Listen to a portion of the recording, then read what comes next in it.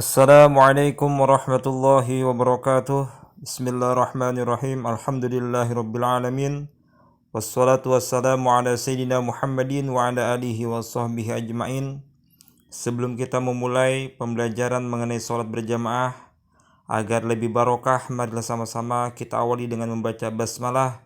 Bismillahirrahmanirrahim. Bab 4 ini akan menjelaskan mengenai indahnya kebersamaan dengan sholat berjamaah. Sebelum bab 4 itu ada bab 3 yang menjelaskan tentang toharoh. Jadi materi ini memang sangat sistematis, berurutan. Kenapa dibilang berurutan? Karena sebelum orang melakukan sholat, maka orang itu wajib bersuci, baik itu dari najis ataupun dari hadas kecil ataupun hadas besar. Nah, pada bab 4 ini indahnya sholat berjamaah. Karena kalau seandainya kita sholat di rumah, itu rasanya kurang nikmat, kurang memaknai bagaimana kuatnya agama Islam itu bisa kita lihat dari sholat berjamaahnya.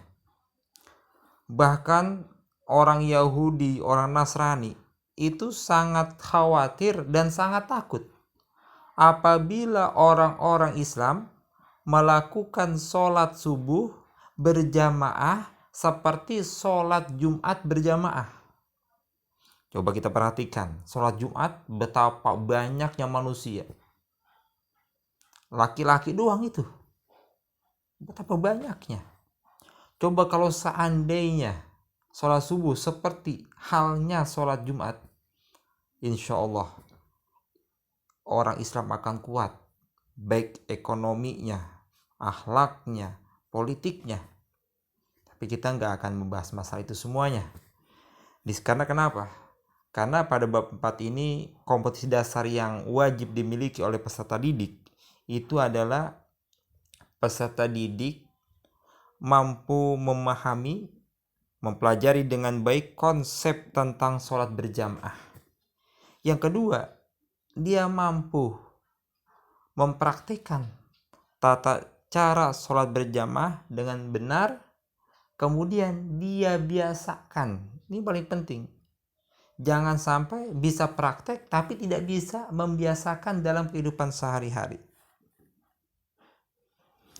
Apa manfaat dari sholat berjamaah? Di sini juga disebutkan menerapkan sikap demokratis, toleran, kebersamaan, kerjasama, dan akhlak terpuji yang lainnya dalam kehidupan sehari-hari. Nah, renungkanlah, kita akan bahas. Masjid merupakan tempat ibadah bagi umat Islam, betul. Di antara masjid yang paling utama itu tentunya Masjidil Haram. Kan luar biasa Masjidil Haram. Orang sholat di sana itu 100.000 kali lipat. Kalau sholat di Masjidil Nabawi itu 1000 lipat. Di Masjidil Aqsa 500 lipat. Tanpa berjamaah. Kalau seandainya berjamaah diutamakan lagi, digandakan lagi oleh Allah pahalanya 27 kali lipat. Luar biasa. Bahkan apabila jadi kita ingin melihat kondisi masyarakat, kita bisa dari masjidnya. Kalau masjidnya itu penuh, berarti masyarakatnya kuat. Bahkan orang meninggal dunia saja, kita bisa menyaksikan dia itu orang beriman atau tidak. Kita lihat dia sering datang gak ke masjid. Kalau dia sering datang ke masjid, maka udah dipastikan kita boleh bersaksi bahwasanya dia adalah orang yang beriman kepada Allah dan Rasulnya dan hari kiamat. Pak Ustadz, bagaimana kalau seandainya kita mau ke masjid sedangkan sekarang kan corona? Seandainya pun tidak ke masjid, tetap kita dianjurkan sholat berjamaah. Intinya di situ. Karena dengan kita melangkah ke masjid, sebenarnya bukan hanya pahala 27 derajat saja. Apa keistimewaannya? Pertama, langkah yang kita langkahkan itu menghapus dosa-dosa kita. Setiap langkah yang kita langkahkan akan mengangkat derajat kita, baik itu derajat di dunia ataupun di derajat di akhirat nanti kelak akan dimasukkan ke dalam surganya Allah Subhanahu wa taala. Jadi masjid ini simbol yang luar biasa, bahkan menjadi tempat ibadah yang menguatkan ukhuwah Islamiyah bagi kaum muslimin. Itu adalah masjid. Di masjid mereka saling berdekatan, bertatapan, berjabatan tangan, bersapa, berpautan hati demi mewujudkan semangat ukhuwah atau ukhuwah Islamiyah. Kalau seandainya pun sekarang tidak bisa bersalaman karena social distancing, tetap kan sekarang kan kalau kita lihat, kita perhatikan sholat berjamaah itu di masjid itu kan disilang semeter, baru ada orang lagi, disilang lagi semeter, ada orang lagi. Ya tidak jadi masalah. Daripada sama sekali kita tidak sholat berjamaah. Ini kan namanya protokol kesehatan, ya wajib kita ikutin. Yang terpenting adalah sholat berjamaahnya. Kalau kita khawatir, ya udah kita sholat di rumah. Kita sebagai anak, kita ajak orang tua kita untuk sholat berjamaah. Kita sebagai kakak, kita ajak adik kita. Kita sebagai adik, kita ajak kakak atau abang kita untuk sholat berjamaah, tidak jadi masalah. Jadi sholat berjamaah itu sangat-sangat penting. Bahkan kalau kita ingin sukses dalam kehidupan kita sekarang ini, baik belajar kita, mungkin nanti kalian akan bekerja, kalian akan punya usaha. Kalau mau sukses, perbaiki sholat kalian. Cara yang terbaik memperbaiki sholat adalah dengan cara sholat berjamaah. Apalagi di masjid. Setiap langkah penghapusan dosa, langkah lagi pengangkatan derajat. Belum lagi sampai di masjidnya. Sebelum duduk kita udah sholat tahiyatul masjid, masya Allah. Nah, kalau kita lihat di sini tuh, masya Allah. Kita lihat nih imam, kemudian ada makmumnya 3. Ini orang biasanya setelah sholat wajib mereka bersalam-salaman. Ya kalau seandainya ada orang yang mengatakan salam-salaman itu nggak perlu, ya kita nggak usah memperdebatkan masalah seperti itu aja. Yang penting intinya sholat berjamaah. Ayo sholat berjamaah. Tahukah kamu apakah sholat berjamaah itu? Ini tolong diperhatikan. Jadi sholat berjamaah adalah sholat yang dikerjakan oleh 2 orang. Jadi minimal orang sholat berjamaah itu 2 orang. Minimal tuh. Minimal 2 orang. Semakin banyak, semakin baik. Makanya pahalanya orang sholat di Masjidil Haram, di Masjid Nabawi, di Masjid Al-Aqsa tentu lebih utama. Karena memang tempatnya utama, dan yang kedua jamaahnya memang tentu lebih banyak. Nah kalau di Indonesia misalnya sholat di Masjid Istiqlal, jamaahnya banyak. Nah keutamaannya itu jamaahnya banyak, bukan karena tempat keistimewaannya. Beda dengan Masjidil Haram, disebut Haramain, 2 tanah haram, Mekah dan Madinah. Atau lebih, secara bersama-sama. Tidak boleh sholat berjamaah itu 2 orang atau lebih, tapi beda. Yang satu berdiri, yang satu ruku. Tapi ada di dalam masjid, tapi nggak bersama-sama. Nah ini bukan sholat berjamaah, namanya sholat munfarid. Kebalikannya, yaitu sholat sendiri. Nah tatkala orang di sini ada 2 orang atau lebih, itu satunya wajib menjadi imam supaya bisa melaksanakan sholat berjamaah. Satu jadi imam dan yang lainnya menjadi makmum. Kalau imam itu syaratnya banyak. Kalau makmum syaratnya tidak seribet syarat imam. Nanti kan kita bahas insyaallah. Nah, sholat 5 waktu yang kita lakukan ini sangat diutamakan untuk dikerjakan secara berjamaah. Bahkan pahalanya luar biasa, 27 derajat. Jadi nah di sini ada hadis nih. Langsung aja Pak Ismail akan bacakan. Pertama, hukumnya sunnah muakkadah walaupun ada yang mengatakan fardu kifayah. Apa sih perbedaan fardu kifayah dengan sunnah muakkadah? Kalau fardu kifayah itu kewajiban yang dapat atau yang cukup diwakilkan oleh seorang. Contohnya sholat jenazah. Satu kampung ada orang meninggal, satu orang aja meninggal, maka cukup orang mensolatkan, misalnya 2 orang, 3 orang, itu tidak jadi masalah karena cukup. Itu dapat menggugurkan dosa-dosa bagi masyarakat di kampung tersebut. Tapi kalau seandainya dalam meninggal dunia nggak ada yang mandiin, nggak ada yang kafanin, nggak ada yang sholatin, maka semuanya berdosa. Nah di sini hukumnya sunnah muakkadah yang paling kuat itu sunnah muakkadah. Jadi kalau ada pertanyaan apa hukumnya sholat berjamaah, itu sunnah muakkadah, sunnah yang sangat dianjurkan. Bahkan ada seorang sahabat, Ummu Maktum namanya, itu matanya buta. Beliau bertanya kepada Rasulullah SAW, ya Rasulullah, mata saya buta, apakah saya wajib datang ke masjid? Jawab Rasulullah, bagaimana? Apakah kamu tidak mendengar azan? Saya mendengar. Berarti kalau orang yang bisa mendengar azan, maka dia dianjurkan sholat berjamaah di masjid. Masya Allah. Mata kita melek, mata kita sehat, kuping kita dengar, mata kita bisa melihat. Yang matanya buta saja masih dianjurkan oleh Rasulullah untuk datang ke masjid. Bagaimana dengan kita yang sehat walafiat, yang masih gagah, yang masih remaja? Bahkan Ummu Maktum itu karena dia buta, dia buat tali dari rumah dia ke Masjid Nabawi. Tujuannya apa? Agar dia tidak tersasar. Saking inginnya dia melaksanakan sholat berjamaah. Suatu ketika dia jatuh. Dia melangkah di tengah jalan menuju masjid, dia jatuh. Ternyata dengan jatuhnya dia, Allah angkat derajatnya dia dan Allah ampuni dosa dia sebagaimana Allah melebihkan derajatnya dia dan ampunannya dia.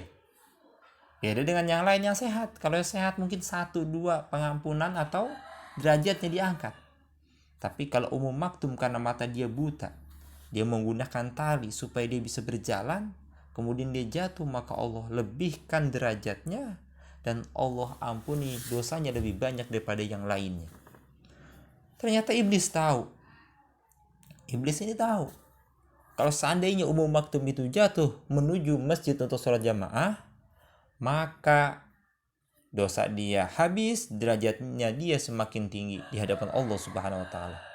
Kalau seperti itu aku tuntun saja tuh. Iblis tuh bayangin. Iblis tidak senang kalau Ummu Maktum itu jatuh dan derajatnya diangkat oleh Allah Subhanahu wa taala. Maka tatkala itu Ummu Maktum berkata, "Hai anak muda, kenapa kamu baik sekali? Kamu menuntun saya menuju masjid." Ternyata iblis ini luar biasa. Dia jujur, saya ini iblis. Tujuan saya adalah membantu Anda wahai Ummu Maktum agar Anda tidak terjatuh. Kalau Anda terjatuh, saya kesel banget. Saya tidak suka kalau kamu diangkat derajatnya oleh Allah Subhanahu wa taala. Bukan berarti kita menuju masjid kita harus pakai sepeda jatuh dulu, bukan. Ini pengertiannya bagaimana usaha seseorang menuju masjid itu. Semakin jauh masjidnya, semakin banyak pahalanya. Tapi jangan sampai juga masjid yang dekat tidak kita datangi, kita tidak sholat di sana, justru kita cari yang jauh. Ya sebaik-baiknya kita makmurkan dulu masjid yang dekat rumah kita terlebih dahulu. Keutamaan sholat berjamaah bila dibandingkan dengan sholat munfarid adalah: pertama, dilipatkan ganda 27 derajat. Dari hadis Ali bin Umar, qala Rasulullah sallallahu alaihi wasallam, salatul jama'ati tafdulu ala salatil fardhi bi 27 darajah. Bi 27 darajah. Sholat berjamaah lebih utama dibandingkan sholat sendirian dengan 27 derajat. Masya Allah. Pak Ustadz, bagaimana kalau seandainya saya sholat sendiri, sholat zuhur sendiri, kemudian saya ulangin 27 kali sholat? Hitung sendirilah, 4 kali 27 rakaat. Ya, sholat 4 rakaat saya gitu udah capek. Sholat tarawih aja yang 23 aja kita udah capek, apalagi 4 kali 27. Supaya apa? Bisa menandingi keutamaan sholat berjamaah. Bagaimana ternyata? Tidak bisa. Tetap sholat sekali dengan cara berjamaah lebih utama daripada orang sholat sendiri 27 kali. Maka dari itu nanti setelah pembelajaran ini, Bapak harap kalian ini semakin senang sholat berjamaah. Ingat, jangan ada alasan pandemi corona. Jangan ada alasan social distancing. Sholat berjamaah ini bukan hanya di masjid. Bisa di rumah, bisa di musola rumah, atau bisa di kamar. Yang penting intinya adalah sholat berjamaah itu sholat yang dilakukan oleh 2 orang secara bersama-sama. Yang satu jadi imam, yang lainnya jadi makmum. Tolong diperhatikan, jangan ada alasan. Tapi utamanya sholat itu adalah masjid. Kita datang ke masjid. Walaupun nanti di masjid itu ada social distancing, jadi masalah. Pakai masker, ikutin. Karena demi kesehatan kita juga. Itu yang pertama, dilipatkan ganda 27 derajat. Sedangkan keistimewaan yang lain bagi orang yang rajin sholat berjamaah akan diberikan oleh Allah kebebasan dari api neraka, terutama sholat isya. Jadi sholat 5 waktu ini pun ada perbedaan keistimewaannya. Ada yang berkata, ulama itu mengatakan bahwasanya sholat yang paling utama itu ada sholat asar. Karena kenapa? Hafizu ala sholawati wa sholatil wusta. Jagalah sholat-sholat kalian, dan terutama sholat wusta. Sholat pertengahan itu sholat apa? Sholat asar. Dengan dalil inilah sholat asar itu sholat yang paling utama di antara sholat yang 5 waktu. Zuhur, maghrib. Nah, ternyata maghrib dulu. Maghrib, zuhur, kemudian isya, subuh, asar. Ini urutannya secara umum. Tapi justru di hadis ini yang memiliki istimewa adalah sholat isya.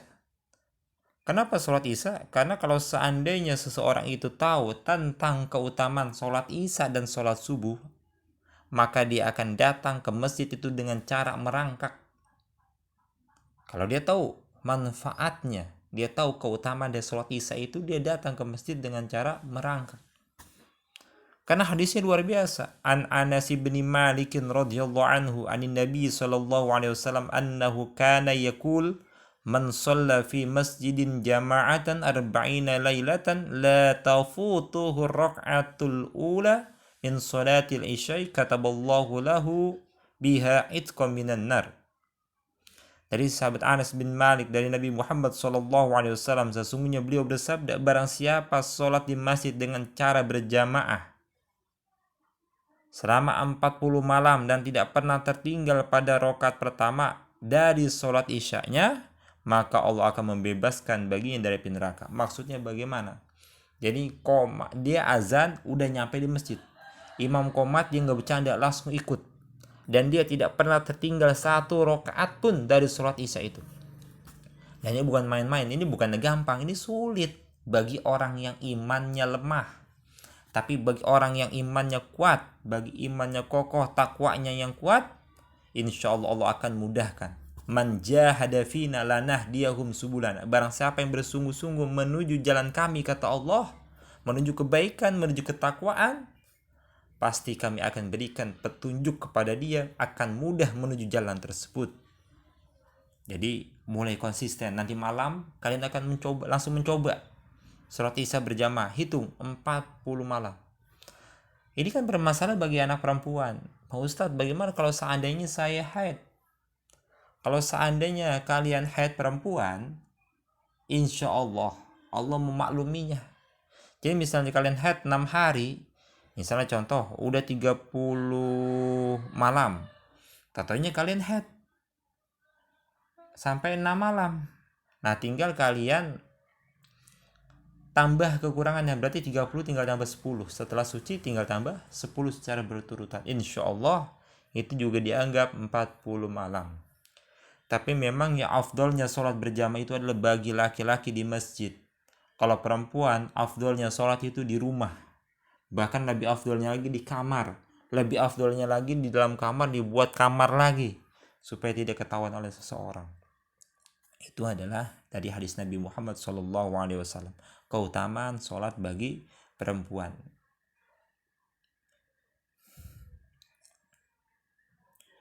Nah, di sini kita lihat syarat sah sholat berjamaah. Pertama, sholat berjamaah sah apabila memenuhi syarat sebagai berikut. Adanya imam, pasti ya, nggak mungkin lah sholat berjamaah agak ada imamnya.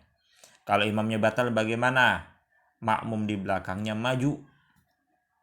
Makmum di belakangnya maju.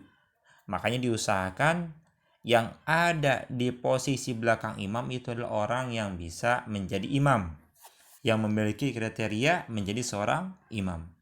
Yang kedua, makmum berniat untuk mengikuti imam.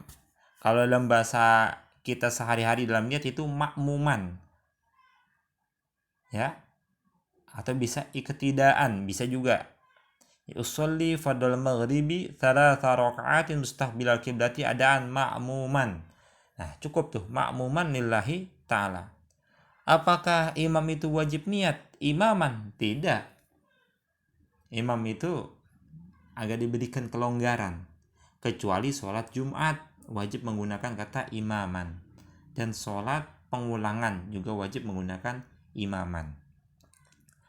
Jadi untuk makmum wajib makmuman. Kalau seandainya seorang makmum tidak menggunakan kata makmuman, maka dia tetap dianggap sholat sendirian. Sayang sekali. Jadi niat itu yang betul. Dan niat sholat itu bukan tatkala kalian berdiri usolli fardul maghribi, tetapi niat yang betul adalah kalian berbarengan dengan takbiratul ihram. Kalian takbiratul ihram, angkat tangan, Allahu Akbar. Tatkala kalian mengucapkan dengan lisan Allahu Akbar, tangan kalian keduanya kalian angkat sampai telinga, di dalam hati kalian itu bermaksud usolli fardal maghribi adaan makmuman lillahi ta'ala. Itu yang betul seperti itu. Jadi mulut yang mengucap Allahu Akbar, hatinya melafazkan, hatinya berucap, hatinya bermaksud usolli fardal maghribi adaan makmuman lillahi ta'ala. Memang bagi pemula pasti agak sulit. Karena kenapa? Mulut berbicara, hati pun konsentrasi untuk berniat. Allahu Akbar. Jadi betul-betul takbir, kemudian di hatinya juga berucap usolli fardal maghribi adaan makmuman lillahi ta'ala. C. Sholat dikerjakan dalam satu majelis, satu ruangan. Walaupun ada orang rumahnya samping musola, samping masjid. Dia ini malas, kagak mau ke masjid, dia sholatnya di rumah. Kedengaran mikrofonnya, kedengaran toanya. Dia sholatnya di rumah, imamnya di masjid. Ini tidak sah. Karena kenapa? Beda majelis. Kecuali, ada kecualinya. Masjidnya penuh, luber, orang sampai kemana-mana. Terus estafet. Terus sampai ke depan rumah dia. Terus sampai ke belakang, terus sampai ke jalan raya. Itu jadi masalah. Karena kenapa? Estafet. Orang bisa melihat depannya melihat depannya sampai ke pada imam. Itu jadi masalah. Tersambung. Yang nggak boleh beda ruangan tanpa ada penyambungnya. Jadi yang satu di ruangan A, yang satu di ruangan B, itu tidak boleh. Kalau tingkat bagaimana? Kalau masjidnya tingkat, itu kan satu ruang, satu bangunan. Itu nggak jadi masalah. D. Sholat makmum sesuai dengan sholatnya imam. Ya, pastinya. Kalau misalnya imam sholat zuhur, makmum sholat zuhur. Kalau seandainya imamnya sholat asar, makmumnya juga sholat asar. Selanjutnya, kedudukan imam dalam sholat berjamaah sangat penting. Dia akan menjadi pemimpin seluruh jamaah sholat, sehingga untuk menjadi imam ada syarat tersendiri. Nah, ini penting nih. Pertama, syaratnya apa? Mengetahui syarat dan rukun sholat. Penting nih, jangan sampai jadi imam nggak ngerti syaratnya sholat itu apa. Syarat wajibnya apa? Kemudian rukun sholat ada berapa, dia nggak tahu. Harus perlu dikaji, harus banyak belajar. Misalnya kita hanya bisa baca Al-Fatihah saja dan kita mengerti sedikit tentang syarat dan rukun sholat, ya cukuplah kita menjadi imam bagi keluarga di rumah. Tapi kalau kita mau jadi imam di masjid, tentunya kita harus memperdalam tentang ilmu fikih mengenai bab sholat tentunya. Kemudian serta yang membatalkan sholat itu apa saja, insya Allah akan kita bahas. Kemudian fasih dalam membaca ayat-ayat suci Al-Quran. Jangan sampai orang yang cadel itu menjadi imam. Sebaiknya jangan. Bukan tidak boleh, sebaiknya jangan. Kalau masih ada orang yang fasih, orang fasih lah. Yang ketiga, paling luas wawasan agamanya dibandingkan yang lain. Mengerti tentang agama, mengerti tentang iman, Islam, ilmu tauhid, ilmu fikih, ilmu tasawuf, dia mengerti. Berakal sehat, balik artinya dewasa. Sebenarnya tulisannya nih L-nya 1 ya seharusnya. Balik artinya dewasa. Kemudian berdiri pada posisi paling depan, yang gak mungkin lah yang namanya imam di belakang, namanya makmum dong. Ini imam posisi paling depan. Imam seorang laki-laki, perempuan juga boleh jadi imam kalau makmumnya perempuan. Kalau bencong, nah gak boleh dia jadi imam. Kalau seandainya makmumnya laki-laki.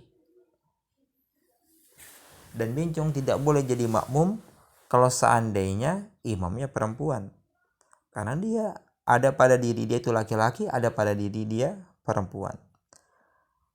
Dan yang terakhir adalah tidak sedang bermakmum pada orang lain. Maksudnya adalah ada orang sholat, satu jadi imam, duanya jadi makmum. Kemudian ada orang datang nih, karena dia nggak suka sama imamnya, akhirnya dia colek makmumnya tuh yang di belakang imam, dicolek sama dia ngikut kepada si makmum. Maka itu tidak sah. Karena kenapa? Posisinya si makmum itu bukan sebagai imam. Karena tidak mungkinlah dalam satu keadaan seperti itu ada dua imam, ada dua pemimpin. Indonesia kalau ada dua pemimpin, perang pastinya. Begitupun sama, apa jadinya? Jadi tidak bisa seorang yang sedang jadi makmum menjadi imam. Sedangkan syarat-syarat menjadi makmum adalah pertama, makmum berniat mengikuti imam, tadi sudah dijelaskan, mengucapkan makmuman nilai ta'ala. Yang kedua, mengetahui gerakan sholat imam. Ya kalau zaman sekarang sudah enak lah, kita ada namanya speaker, toa. Jadi bisa kita dengarkan suaranya ataupun gerakannya. Walaupun penuh, kalau estafet nggak jadi masalah. Kemudian yang C, berada dalam satu tempat dengan imam tadi ya, satu majelis. Kemudian posisinya di belakang imam, yang gak mungkin lah yang namanya makmum ada di depan, itu namanya imam. Tapi seafdol-afdolnya, safnya laki-laki itu adalah paling dekat dengan imam. Berbeda dengan perempuan. Kalau perempuan, afdolnya itu paling jauh dari laki-laki. Yang paling jauh dari laki-laki. Ya, berarti harus lebih jauh daripada dari imam. Urutan pertama di mana? Di tengah. Nah, kemudian yang kedua di kanan, di kiri, terus. Jadi yang paling utama itu barisan depan, tengah, kanan, kiri, kanan, kiri, kanan, kiri, terus. Jadi isi safnya tuh begitu. Satu tengah, kemudian agak ke kanan, kemudian yang keduanya kiri, tiganya kanan, 4 kiri. Jadi terus berurutan. Bukan berarti kanan semua dulu, kirinya kosong. Itu salah justru. Jadi ke tengah dulu, pusatnya di tengah, berkumpul ke tengah. Itu posisi yang paling baik. Kalau ada anak-anak di mana? Anak-anak diusahakan di belakang. Karena anak-anak itu, mohon maaf, sebaiknya anak-anak itu kalau yang SD kelas 1, kelas 2 itu wajib didampingin. Tapi kalau misalnya anak SMP kayak kalian nih, kalau bercanda juga sungguh luar biasa. Itu kebangetan. Apalagi kalian yang sudah mimpi basah, sudah balik, sudah haid. Masya Allah, sholat masih bercanda. Apa yang mau kalian harapkan? Ini sholat yang khusyuk. carilah posisi yang paling depan. Dan yang terakhir adalah hendaknya sholat makmum secara sesuai dengan sholat imam. Ini sama ya tadi ya. Misalnya imam asar, makmum juga sholat asar. Wallahu a'lam bishawab. Alhamdulillah kita bahas mengenai sholat berjamaah, keutamaannya, syarat menjadi imam, syarat menjadi makmum, syarat berjamaah. Insyaallah di kesempatan berikutnya kita akan bahas mengenai makmum masbuk itu apa, makmum muwafiq itu apa, dan hal-hal yang lebih luas lagi mengenai sholat berjamaah insyaallah. Mari sama-sama kita akhiri dengan membaca hamdalah alhamdulillahirabbil alamin. Mudah-mudahan ilmu yang kita pelajari pada hari ini bermanfaat dunia akhirat. Wallahul muwaffiq ila aqwamit thoriq. Wassalamualaikum warahmatullahi wabarakatuh.